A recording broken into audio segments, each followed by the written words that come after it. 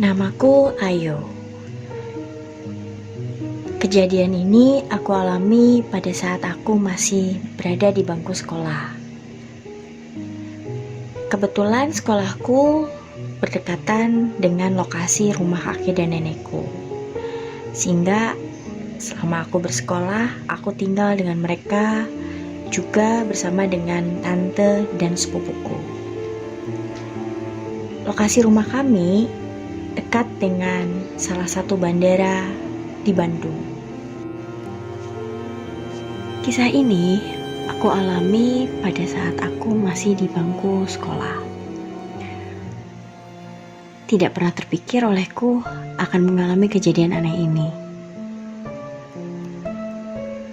Malam itu, aku tidur di lantai 2 bersama kakekku. Sedangkan nenekku tidur bersama dengan kakak sepupuku bernama Rina.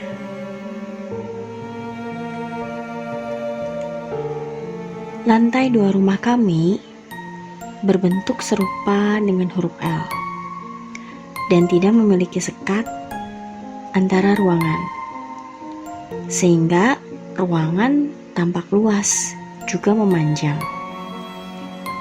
Dilengkapi dengan satu jendela besar dan satu jendela kecil di setiap pojok ruangan, membuat aliran udara mudah masuk ke lantai 2 rumah kami. Saat itu, aku bersama dengan kakekku tidur tepat di ruangan yang menjorok ke dalam, atau posisinya jika dibayangkan pada huruf L, itu ada di bagian bawah, bagian datar pada huruf L. Dengan tempat tidur berukuran cukup besar. Sedangkan nenekku tidur dengan kakak sepupuku Rina di sudut ruangan bagian atas huruf L, menggunakan spring bed atas bawah dengan ukuran pas selebar dengan ruangan. Sehingga jika spring bed tersebut digunakan, tidak ada jalan ataupun ruangan yang dapat dipijak karena terhalang oleh tempat tidur tersebut. Di belakang tempat tidur nenek dan kakak sepupuku ada jendela yang berukuran lumayan besar. Ya, untuk 2 orang dewasa mudahlah untuk digunakan jika ingin memperbaiki atap rumah melalui jendela tersebut. Walaupun perlu usaha untuk membuka besi terali yang menghiasi jendela sebelum digunakan. Lalu jendela satunya lagi terletak di dekat tempat tidurku dengan kakek, namun dengan ukuran yang lebih kecil. Ya, kira-kira setengah ukuran jendela pertama. Namun jendela tersebut langsung menuju jalan di bawah rumah, alias tidak memiliki pijakan atau balkon di bagian luar jendela. Malam itu, sekitar pukul 9 lebih, lampu ruangan lantai 2 sudah dimatikan seluruhnya. Dan kami pun bersiap-siap untuk tidur. Kami semua memang terbiasa tidur dalam ruangan yang tidak memiliki banyak cahaya.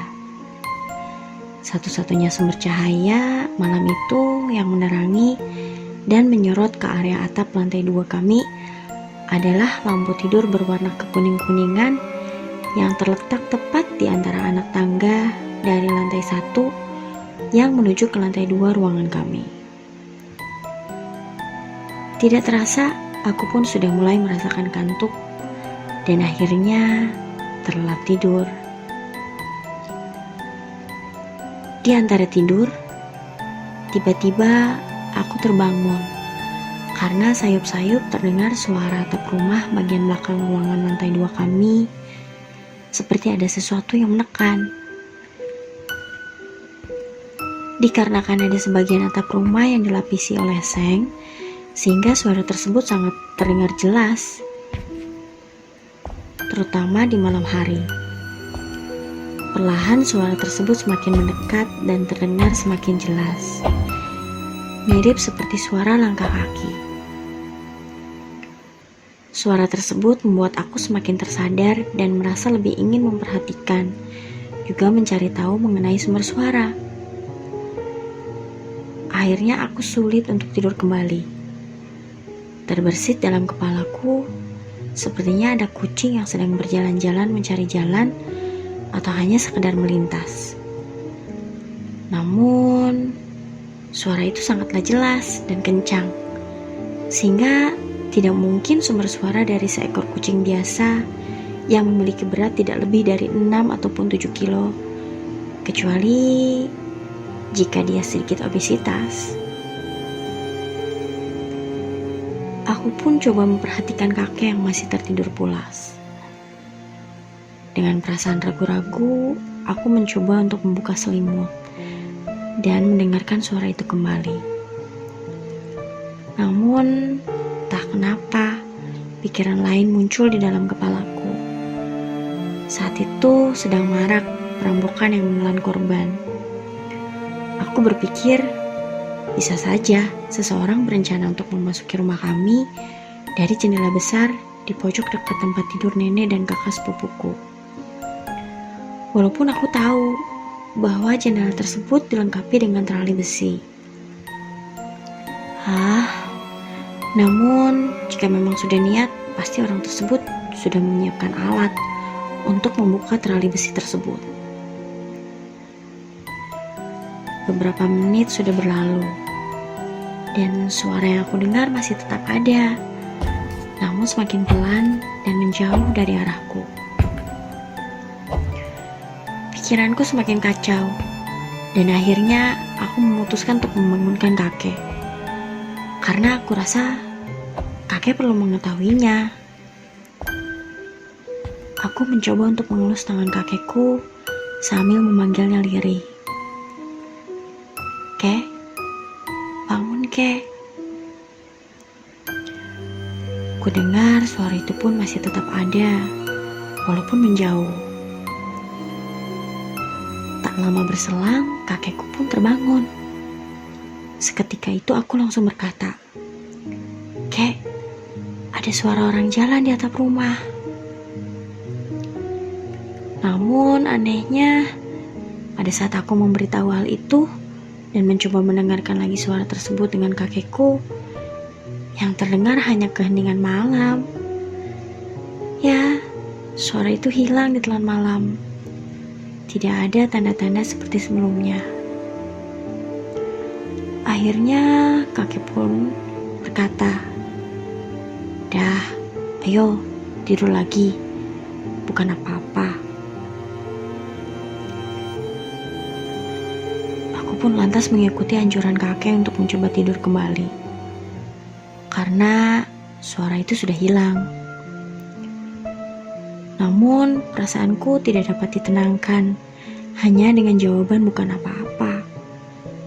Karena jelas aku mendengar suara tersebut tanpa ragu selama beberapa menit sebelumnya.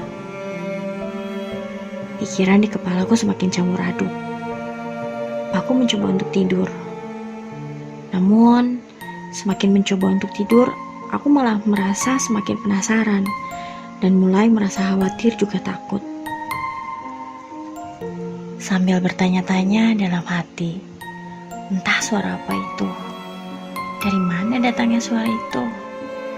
Atau bagaimana jika suara itu? Tiba-tiba suara itu kembali muncul dan memecah heningan malam. Dan jantungku pun berdegup lebih kencang kali ini. Terasa aneh sekaligus kaget, karena suara itu terdengar semakin jelas. Padahal beberapa menit lalu sudah menjauh dan hilang, bertepatan pada saat aku ingin memberitahu kakekku. Dari ritme suara yang terdengar, aku semakin yakin bahwa suara itu adalah suara langkah seseorang. Pikiran di kepalaku semakin bertambah. Berbagai macam pertanyaan muncul. Apakah orang tersebut benar-benar akan berusaha untuk masuk ke rumah kami? Apakah dia mendengar percakapanku dengan kakek? Akankah dia melakukan hal yang buruk pada kami? Harus bagaimana?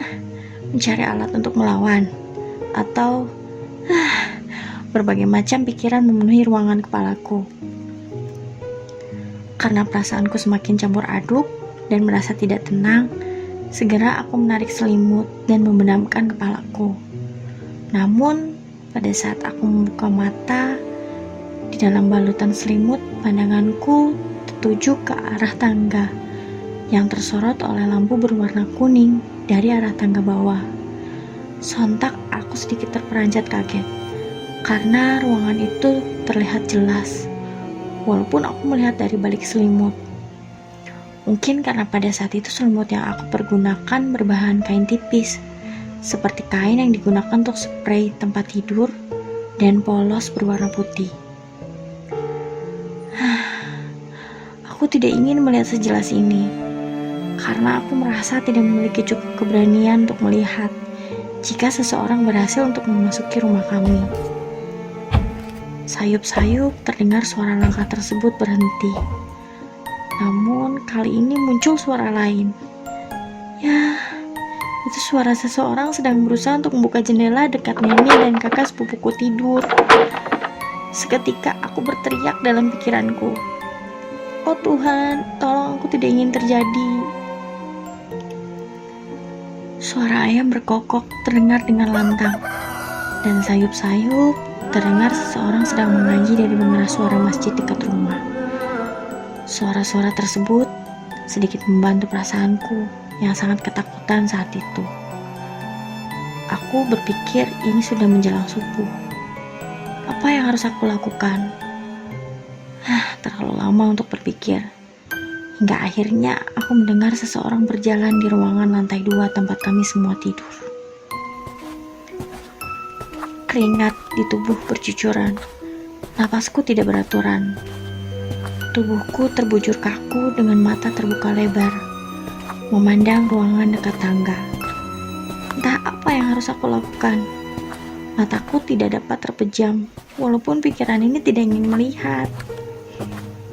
Setelah lama berpikir, hanya satu hal yang aku pikirkan. Jika kondisi kami aman dan dia menuju lantai 1, maka aku akan mencoba turun dan keluar melalui pintu belakang rumah untuk mencari pertolongan dari tetangga terdekat. Mataku masih tertuju ke arah tangga, sambil menunggu seseorang yang berjalan mendekat ke arah kami, aku, dan kakek ataupun tangga. Dan seketika aku melihat seorang wanita berambut panjang, melebihi bahu, dengan baju panjang berwarna putih melintas dan menuruni tangga. Nenek menuruni tangga. Akhirnya napasku pun lebih ringan, seperti mendapatkan bantuan tabung oksigen setelah sebelumnya sulit untuk hanya sekedar bernapas. Lega, itu adalah nenek. Nenek memang bangun setiap subuh pada saat orang seisi rumah masih terlelap tidur. Beliau adalah wanita yang sangat rajin dan menyukai kebersihan, juga kerapihan. Akhirnya aku membuka selimut dan berjalan ke arah jam kecilku yang kusimpan di atas televisi, tepat di seberang tempat tidurku. Dari depan televisi, aku bisa melihat jelas ke arah tempat tidur nenek dan kakak sepupuku. Terlihat kakak sepupuku yang sedang tertidur lelap. Dan ketika aku menatap ke arah tempat tidur nenekku, terlihat jelas nenekku pun sedang tertidur pulas. Seketika jantungku berdegup kencang. Setelah aku melirik jam kecilku, jam menunjukkan pukul 1.30. Aku pun tersadar, nenek tidak memiliki rambut sepanjang itu. Lalu wanita yang menuruni tangga barusan siapa?